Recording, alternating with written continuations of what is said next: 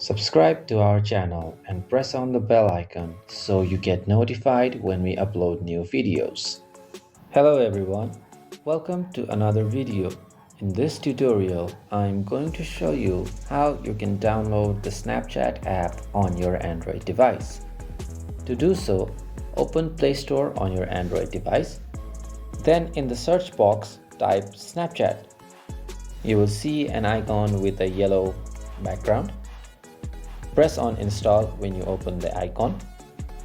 Your download will begin shortly. Once your download is completed, the app will be installed on your device. Then simply press open to open the app. Now, there's two options of signing up and logging in. If you're a new user, press on sign up, and if you already have an account, press on login. So in this way, you can download and install Snapchat on your device. If you found this video helpful, don't forget to drop us a like, and we'll see you in the next one. Thank you for watching.